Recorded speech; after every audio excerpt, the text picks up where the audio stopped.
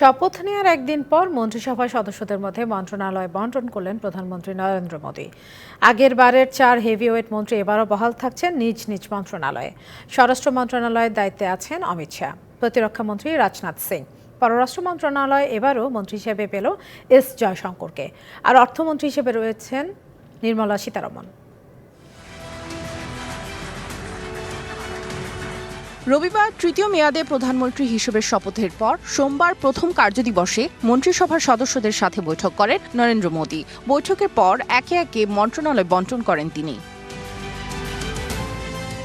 মোদীর তৃতীয় মেয়াদের মন্ত্রিসভায় রয়েছেন ৭১ জন, যার মধ্যে ৩০ জন পূর্ণমন্ত্রী, ৩৬ জন প্রতিমন্ত্রী আর ৫ জন দপ্তরবিহীন প্রতিমন্ত্রী।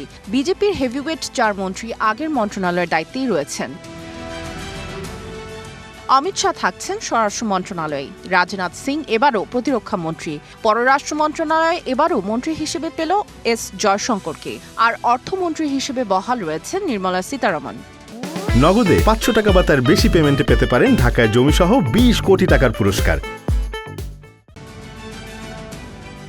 এছাড়া আগের দপ্তর সড়ক পরিবহন ও মহাসড়ক মন্ত্রণালয়ের দায়িত্বেই আছেন নীতিন গাডকারি। মোদীর প্রথম মেয়াদে স্বাস্থ্যমন্ত্রীর দায়িত্ব পালন করা জেপি নাড্ডা এবারও রয়েছেন একই দায়িত্বে।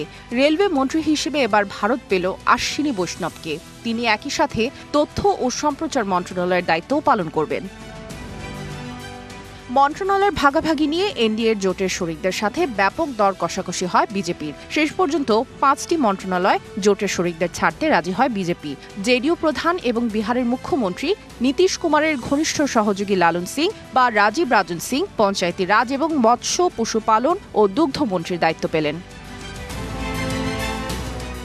জেডিএসের প্রধান এইচ.ডি. কুমারাস্বামী ভারী শিল্প মন্ত্রণালয়ের দায়িত্ব পেয়েছেন। তেলুগু দেশম পার্টির রামমোহন নাইডু হলেন বেসামরিক বিমান চলাচল মন্ত্রী। হিন্দুস্তানি আওয়াম মোর্চার জিতন রাম মাঞ্ঝি স্বল্প, ক্ষুদ্র ও মাঝারি উদ্যোগ মন্ত্রণালয়ের দায়িত্ব পেয়েছেন। আর লোক জনশক্তি পার্টির চিরাগ পাসওয়ানকে দেয়া হয়েছে খাদ্য প্রক্রিয়াজাতকরণ মন্ত্রণালয়ের দায়িত্ব। সামিয়া জান্নাহ, ডিবিসি নিউজ ডেস্ক।